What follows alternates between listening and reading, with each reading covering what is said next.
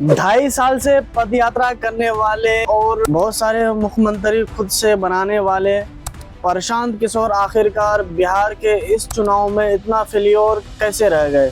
सवाल ये उठता है कि क्या प्रशांत किशोर डिजर्व नहीं करते हैं बिहार में एक अच्छा नेता बनना। तो जवाब है बिल्कुल डिजर्व करते हैं, क्योंकि 75 साल से ऐसे मुद्दों पर किसी भी पार्टियों और किसी भी नेताओं के द्वारा वोट नहीं मांगा गया जिन मुद्दों पर प्रशांत किशोर बात करते हुए नजर आए।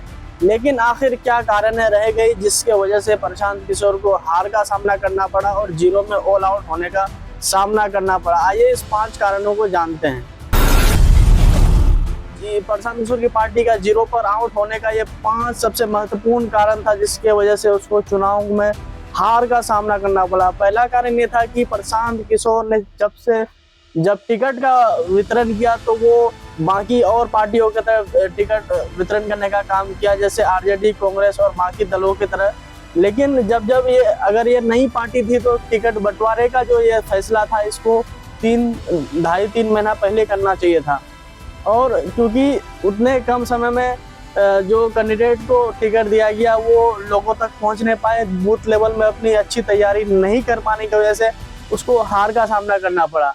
वहीं अगर आप दूसरी बड़ी कारण की बात करेंगे तो वो है कि टिकट ऐसे लोगों को देना जिसको जमीनी स्तर से उसकी अच्छी पहचान नहीं है, उन लोगों को टिकट देना ये बहुत बड़ी कारण है। और ऐसे लोगों को जो कम से कम 15 पंचायत में लोग उसको नहीं पहचानते हैं, ऐसे लोगों को कहीं पे बहुत ऐसी सीटें हैं जहां पर उसको टिकट दिया गया है।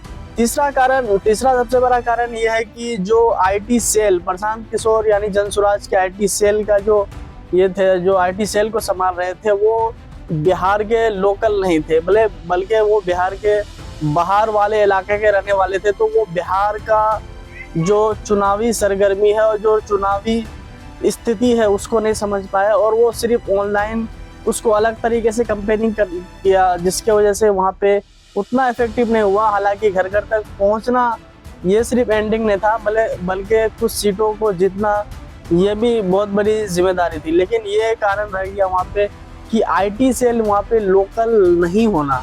और अगली सबसे बड़ी कारण यह है कि प्रशांत किशोर जब भी कोई भी इंटरव्यू में बैठते थे तो वहाँ पे इंटरव्यू में कुछ एरोगेंट टाइप की बातें करते थे कि इस बार जनसुराज की सरकार बनेगी, इस बार फलना, किसी को भी किसी छोटे इस पे आरोप बातों पे किसी को ये करना कि नहीं ये ऐसे है वो ऐसे है, छोटी बातों पे किसी को टारगेट में लेना।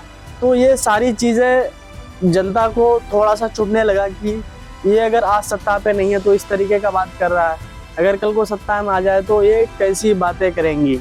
और अगली सबसे बड़ी कारण यह है कि प्रशांत किशोर और उसके राष्ट्रीय अध्यक्ष, जनसुराज के राष्ट्रीय अध्यक्ष और प्रदेश अध्यक्ष का चुनाव नहीं लड़ना। जी हाँ, प्रशांत किशोर और उसके सहयोगी जो भी राष्ट्रीय अध्यक्ष और प्रदेश अध्यक्ष है वो चुनाव नहीं लड़े।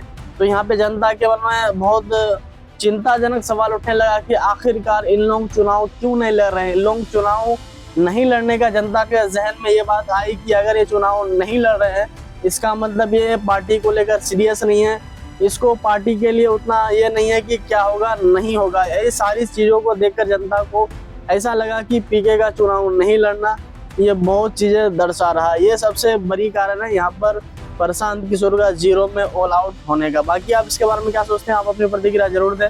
जय हिंद।